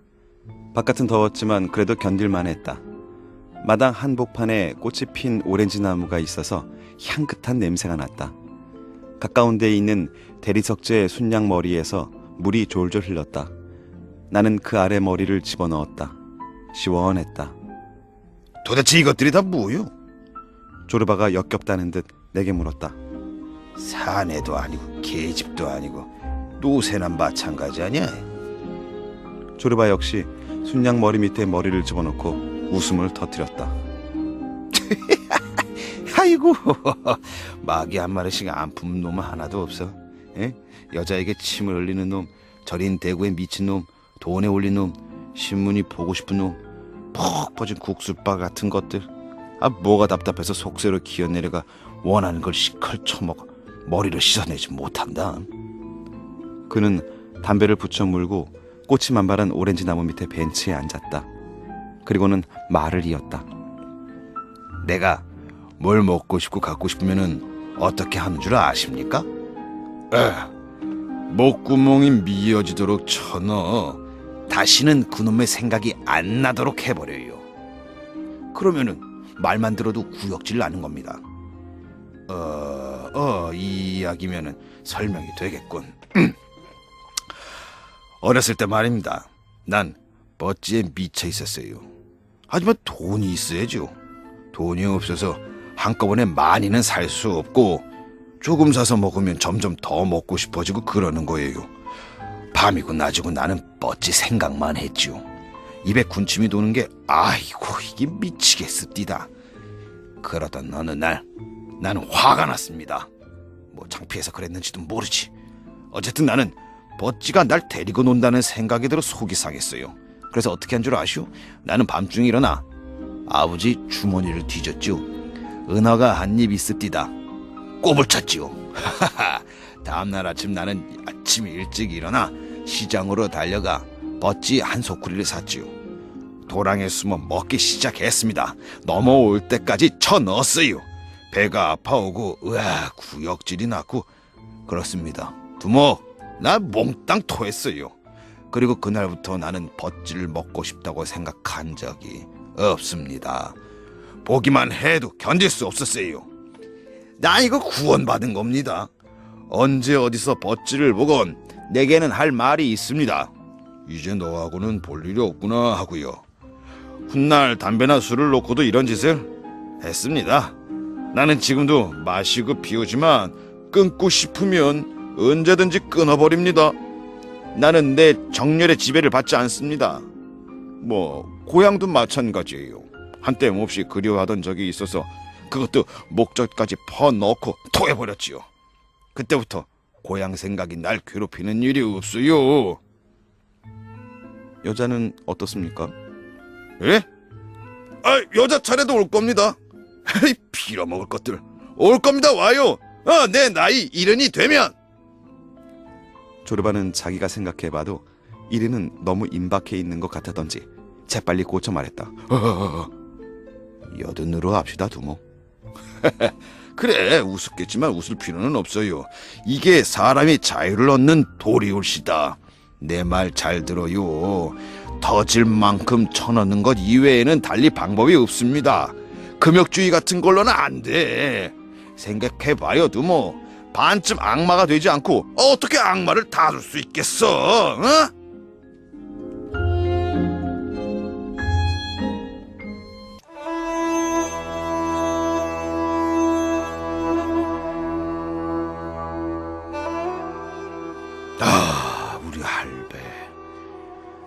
하느님이 할배의 유해를 축복하소서. 얼마 후에 그가 말을 이었다. 할배 역시 나와 똑같은 남봉꾼이었지요. 그러나 이 늙은 남봉꾼께서는 성질을 순례하시고 하지가 되었답니다. 이유가 누가 압니까? 할배가 돌아오시자 평생 좋은 일 한 토막 해본 적이 있기는커녕 알아준 염소 도둑인 옛 친구 한 분이 그러셨다나. 그래, 이 친구야, 성지를 다녀왔으니 내 몫으로 성스러운 십자가 한 조각이라도 뜯어왔으렸다. 할배왈, 이 사람아, 우리가 어떤 사이라고 빈손으로 오겠나? 오늘 밤 우리 집으로 오되 신부님도 모시고 오게나. 내가 자네에게 이 성스러운 물건을 건넬 때 함께 축복해 주시도록 말일세. 그리고 애저구이 한 마리랑 포도주도 한 통 가져오게. 그래야 재수가 있다네. 그날 밤 할배는 집으로 오셔서 벌레 먹은 물선주에서 나무를 조금 떼어냈어요. 쌀알 하나보다 크지는 않았습니다. 할아버지는 이걸 보드라운 천 조각에 싸시더니 기름을 한두 방울 떨어뜨리고는 기다렸습니다. 얼마 후 문제의 사나이가 애저구이와 포도주를 들고 신부님과 함께 왔습니다. 신부님은 스토를 꺼내 입으시고 축복했습니다. 할배는 이 귀한 나무 조각에 양도 의식을 떡하니 치른 뒤에 애저구이를 뜯기 시작했습니다. 거짓말 아닙니다, 두모. 문제 사나이는 이 귀한 나무 조각 앞에 엎드려 절을 하고는 끈으로 꿰어 목에다 걸었습니다. 그리고는 그날부터 영 다른 사람이 되어버린 것입니다. 사람이 싹 달라진 것입니다. 그는 산으로 들어가 아르마톨과 클레프트 산적대에 가담하여 터키 마을을 불태우는데 일익을 맡았습니다. 뿐입니까? 겁없이 총탄에 소나기 속을 누볐습니다. 무서워할 까닭이 없지 않습니까? 성지에서 가져온 거룩한 십자가 쪼가리를 목에다 턱 걸고 있는데 총알인들 그를 다치게 할 수야 있겠습니까? 조르바는 껄껄 웃었다. 만사는 마음먹기 나름입니다. 그가 조금 뜸을 들이고는 말을 계속했다. 믿음이 있습니까? 그럼 낡은 문설주에서 떼어낸 나무 조각도 성물이 될 수 있습니다. 믿음이 없나요? 그럼 거룩한 십자가도 그런 사람에겐 문설주나 다름이 없습니다. 나는 뇌의 기능이 더할 나위 없이 거칠고 대담한 정신은 누군가가 건드릴 때마다 불이 되어 타오르는 이 사나이에게 경탄하지 않을 수 없었다. 전쟁해 본 적 있어요, 조르바? 그걸 내가 어떻게 알아요? 그가 상을 찌푸리며 반문했다. 기억이 안 나는데. 무슨 전쟁 말이오? 내 말은 나라를 위해서 싸워본 적이 있느냐 그 말입니다. 다른 이야기 좀 할 수 없나? 까짓 터무니없는 수작은 깨끗이 끝나고 깨끗이 잊은 지 오래입니다. 조르바, 터무니없는 수작이라뇨. 부끄럽지도 않아요? 조국을 그렇게 부르다니. 조르바가 고개를 들어 나를 바라보았다. 나 역시 침대에 누워 있었는데 석유 등자는 내 머리 위에서 타고 있었다. 그는 한동안 지그시 날 바라보더니 수염을 한 줌 쥐고 뜯으면서 말했다. 그건 도대체 무슨 덜 익은 수작이오? 교장 선생에게서나 들을 수 있는 말이겠구먼. 이렇게 말해서 어떨지 모르지만 당신에게는 아무리 이야기해봐야 우의독경이 될 수밖에 없겠어. 내가 항변했다. 무슨 소리예요? 나도 알만한 건 아는 사람인데. 그건 좀 잊지 말고 삽시다. 그래요. 당신은 나를 그 잘난 머리로 이해합니다. 당신은 이렇게 말할 겁니다. 이건 옳고 저건 그르다. 이건 진실이고 저거는 아니다. 그 사람은 옳고 딴 놈은 틀렸대. 그래서 어떻게 된다는 겁니까? 당신이 그런 말을 할 때마다 나는 당신 발과 가슴을 봅니다. 팔과 가슴이 무슨 짓을 하고 있는지 아십니까? 침묵한다 이겁니다. 한마디도 하지 않아요. 흡사 피 한 방울 흐르지 않는 것 같다 이겁니다. 그래, 무엇으로 이해한다는 건가요? 머리로 웃기지 맙시다.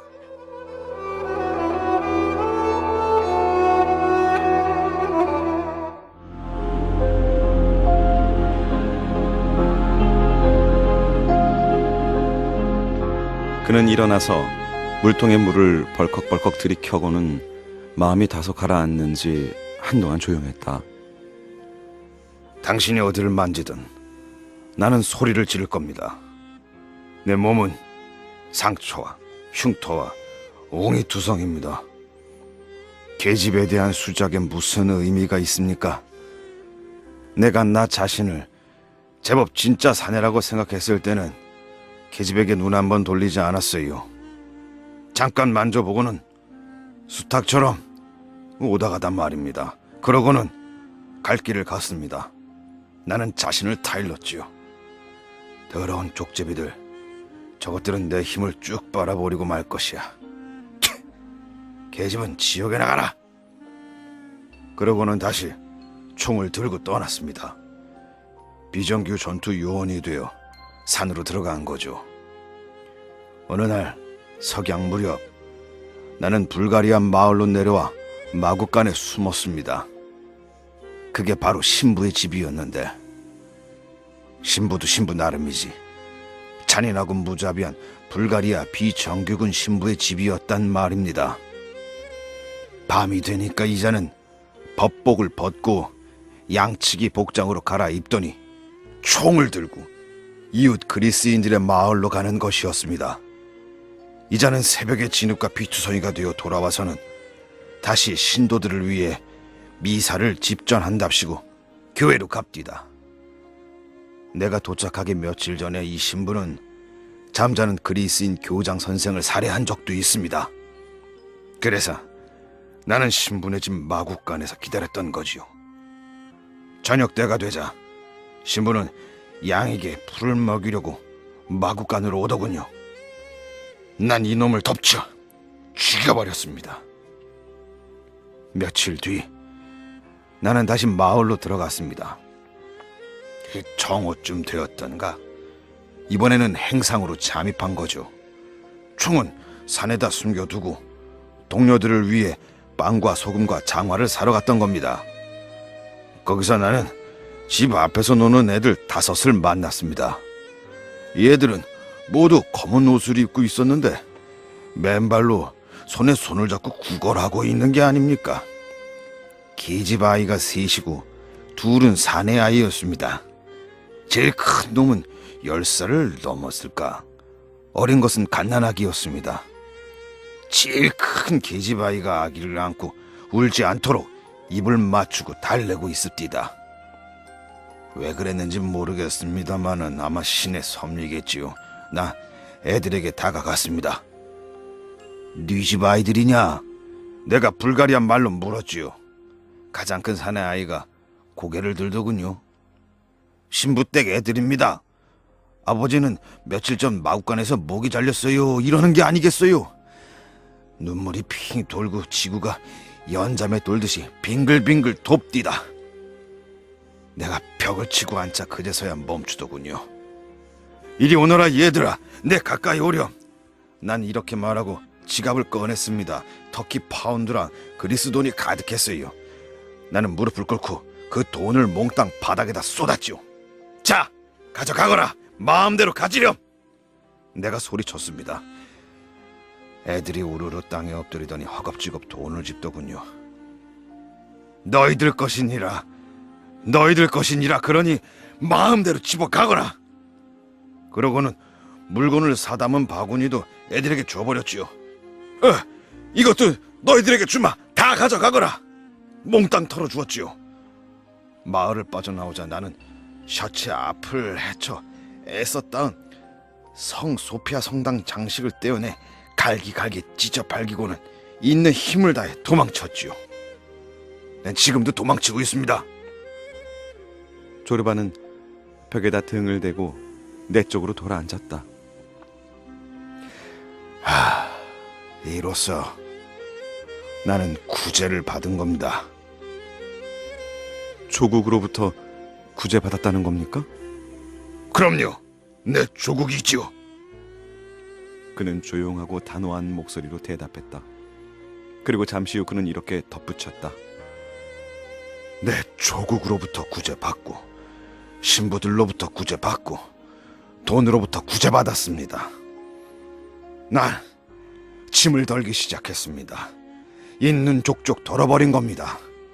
난 그런 식으로 내 짐을 덜었습니다. 자, 이런 걸 뭐라고 하던가요? 나는 해탈의 길을 찾은 겁니다. 나는 인간이 되는 겁니다.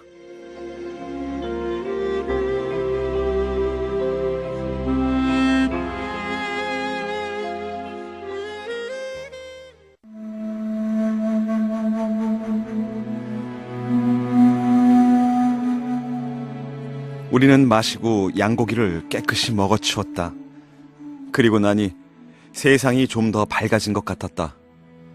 바다는 푸근해 보였고 대지는 배의 갑판처럼 일렁거렸으며 두 마리 갈매기는 사람들처럼 뭐라고 서로 제잘거리며 자갈밭을 걸어갔다. 나는 일어섰다. 조르바, 이리 와보세요. 춤 좀 가르쳐주세요. 조르바가 벌쩍 뛰어 일어났다. 그의 얼굴이 황홀하게 빛나고 있었다. 춤이라고요, 두목? 정말 춤이라고 했어? 이리 오시오. 조르바, 갑시다. 내 인생 바뀌었어요. 자, 놉시다.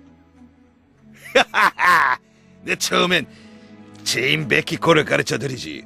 이건 아주 거친 군대식 춤이지요. 게릴라 노릇할 때 출전하기 전에는 늘 이 춤을 추곤 했지요. 그는 구두와 자주색 양말을 벗었다.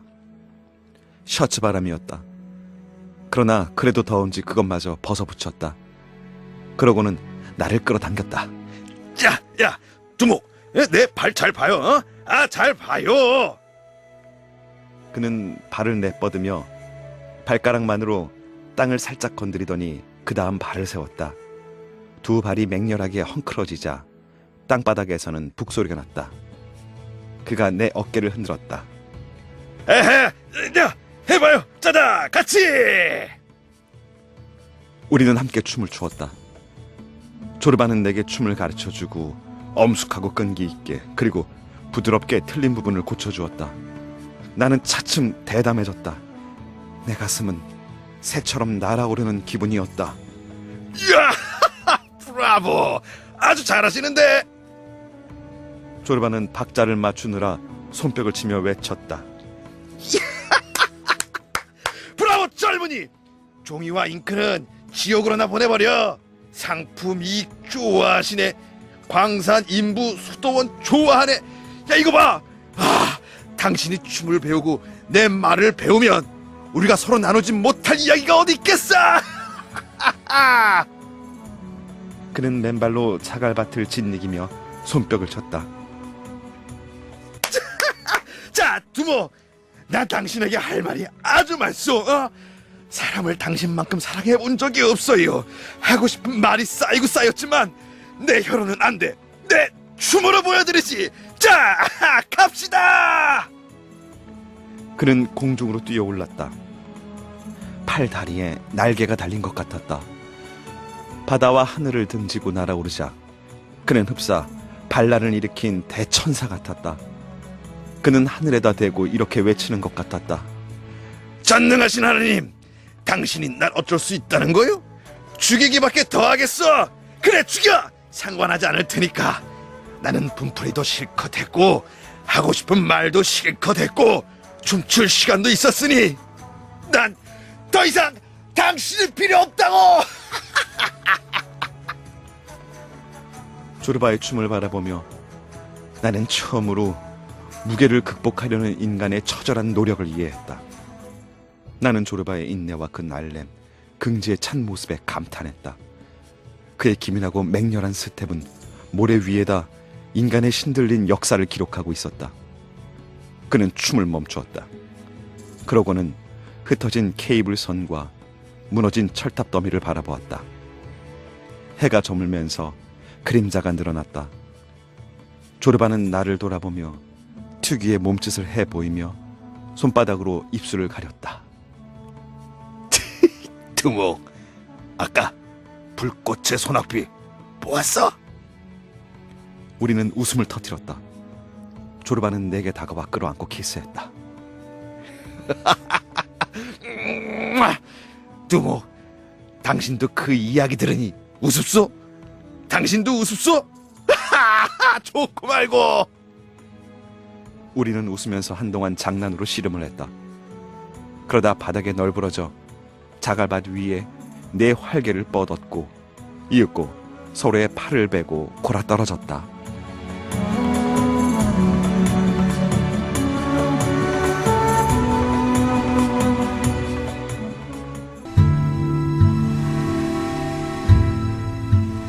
나는 먹이를 채는 새처럼 목을 뽑고 묵묵히 술만 마시고 있는 조르바를 바라보았다. 그를 바라보고 있자니 이런 생각이 들었다. 우리의 인생이 얼마나 신비로운 것인가. 바람에 날리는 나뭇잎처럼 만났다가는 헤어지면서도 우리의 눈은 할 일 없이 사랑하던 사람의 얼굴 모습, 몸매와 몸짓을 기억하려고 하니 아, 부질없어라. 몇 년만 흘러도 그의 눈이 검었던지 푸르렀던지 기억도 하지 못할 것을. 나는 나 자신에게 대고 외쳤다. 인간의 영혼은 노쇠로 만들었어야 했다. 무쇠로 만들었어야 했다. 조르바는 그 큰 머리를 고추 세운 채 꼼짝도 하지 않고 마셨다. 그는 밤을 도와 다가오는 발소리를 듣는 것도 같았고 존재의 심연으로 사라지는 발소리를 듣는 것 같기도 했다. 조르바, 무슨 생각을 하고 계시죠? 두목, 뭐 무슨 생각이라니? 아무것도 생각하지 않소. 아무 생각도 안 나. 얼마 후 또 잔을 채운 그가 소리쳤다. 건강하시오, 두목. 우리는 잔을 부딪혔다. 우리 둘 다 이 쓰라린 감정이 그리 오래 지속되지 않는다는 걸 알고 있었다. 우리는 울음을 터뜨리거나 술에 취해버리거나 미친놈처럼 춤을 출 수도 있었다. 산투르를 쳐요, 조르바. 내가 제안했다. 두목, 내가 일찍이 이야기하지 않았던가? 산투르에게는 느긋한 마음이 필요합니다. 한 달, 아니면 2달? 글쎄, 그 정도 지나야 칠 수 있을 겁니다. 그때 가서 두 사람이 영영 이별한 사연을 노래로 할 수 있겠지요. 영영이라니? 나는 깜짝 놀라 소리쳤다. 나는 이 엄청난 말을 홀로 되씹은 적은 있지만 밖으로 큰 소리로 터져 나오리라고는 생각한 적이 없었다. 그래서 몹시 놀란 것이었다. 영원이지요. 조르바는 힘들여 침을 삼키면서 대답했다. 그래요. 영원이지요. 좀 전에 다시 만난다느니 수도원을 짓는다느니 하는 건 병든 놈을 일으켜 세우려고 할 때 쓰는 말이죠. 나는 그런 말을 받아들일 수 없어. 바라지 않으니까. 우리가 계집들처럼 그렇게 서로 위로해야 할 만큼 약골이요? 물론 아니지. 그럼 영원이지. 나 당신과 함께 있을 수도 있어요. 나는 조르바의 필사적인 애정에 당황하고 말았다. 당신과 함께 갈 수도 있어요. 나는 자유로우니까요. 조르바가 고개를 가로저었다. 아니요. 당신은 자유롭지 않아. 당신이 묶인 줄은 다른 사람들이 묶인 줄과 다를지 모릅니다. 그것뿐이요. 두목, 당신은 긴 줄 끝에 있어요. 당신은 오고 가고 그리고 그걸 자유라고 생각하겠지요. 그러나 당신은 그 줄을 잘라버리지 못해요. 그런 줄은 자르질 않으면은 언젠가는 자를 거예요. 내가 오기를 부렸다. 조르바의 말이 정통으로 내 상처를 건드려 놓았기 때문이었다. 두목, 어려워. 아주 어렵습니다.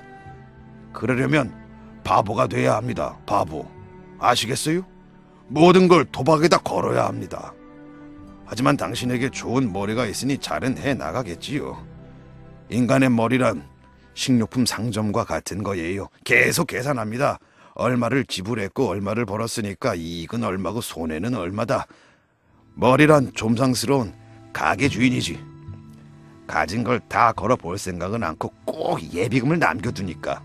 이러니 줄을 자를 수 없지. 아니야. 더 붙잡아 맬 뿐이지. 헤헤, 이 잡것이. 줄을 놓쳐버리면은 머리라는 이 병신은 그만 허둥지둥합니다. 그러면 끝나는 거지. 그러나 인간이 이 줄을 자르지 않을 바에야 살맛이 뭐 나겠어요? 노란 카밀레 맛이지. 멀건 카밀레 참 말이오. 럼주 같은 맛이 아니야. 잘라야 인생을 제대로 보게 되는데. 그는 묵묵히 술을 더 마시고 나서 또 말을 계속했다. 두모, 날 용서해 주셔야겠어. 나는 시커먼 촌놈이요. 말은 내 구두에 묻은 진흙처럼 자꾸 이스에 걸립니다. 나는 아름다운 문장이나 이 인사치레 같은 게 안 돼요. 할 수가 없어. 하지만 나는 알아요. 당신은 이해할 거라는 걸.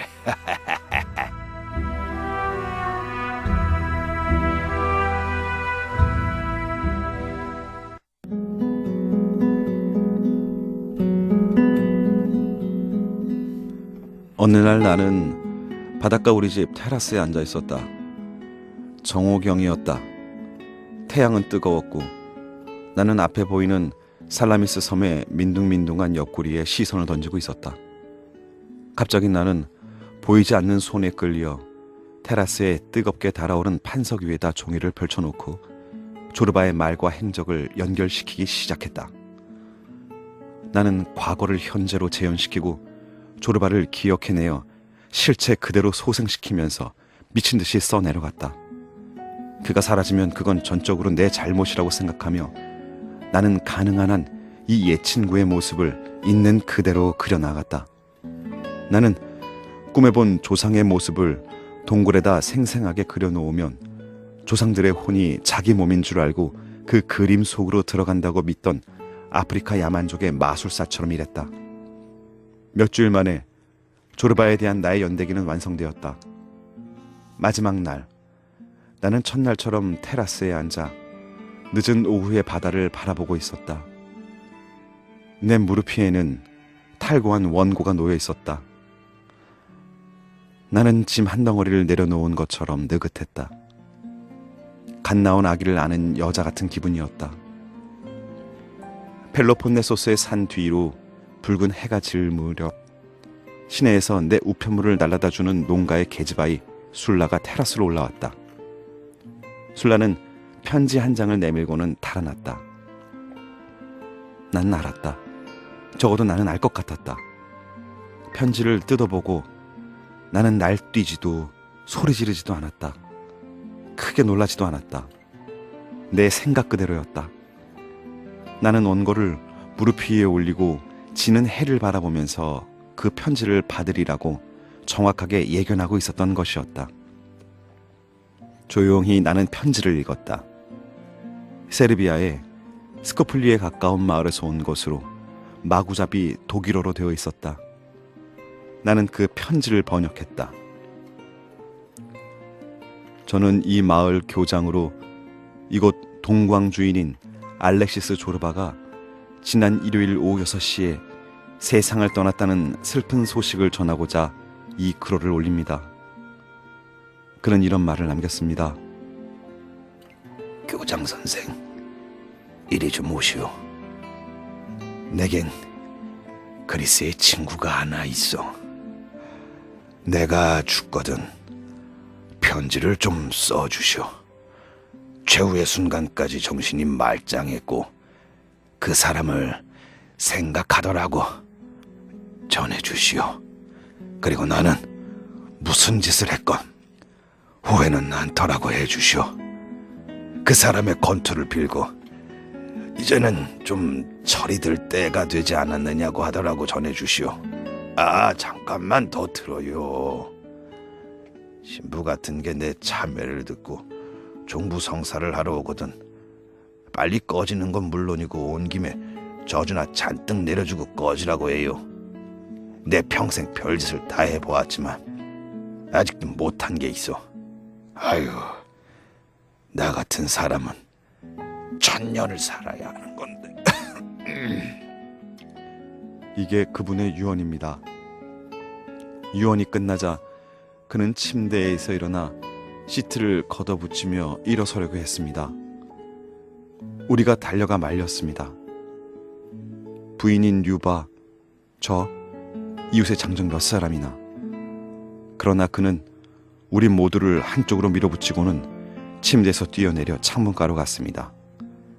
거기에서 그는 창틀을 거머쥐고 먼 산을 바라보다 눈을 크게 뜨고 웃다가 말처럼 울었습니다. 이렇게 창틀에 손톱을 받고 서 있을 동안 죽음이 그를 찾아왔습니다. 미망인 류바는 선생님께 편지를 보내어 자기 대신 경의를 표해달라고 했습니다. 미망인 말씀에 따르면 고인은 자주 선생님 이야기를 했고 자기의 사후에는 산투르를 선생님께 드리어 정표를 삼겠다는 분부가 있었다고 합니다. 그래서 미망인께서는 선생님께 이 마을을 지나는 걸음이 있으시면 손님으로 그날 밤을 쉬시고 아침에 떠나실 때에는 산투르를 가지고 가시라는 것입니다.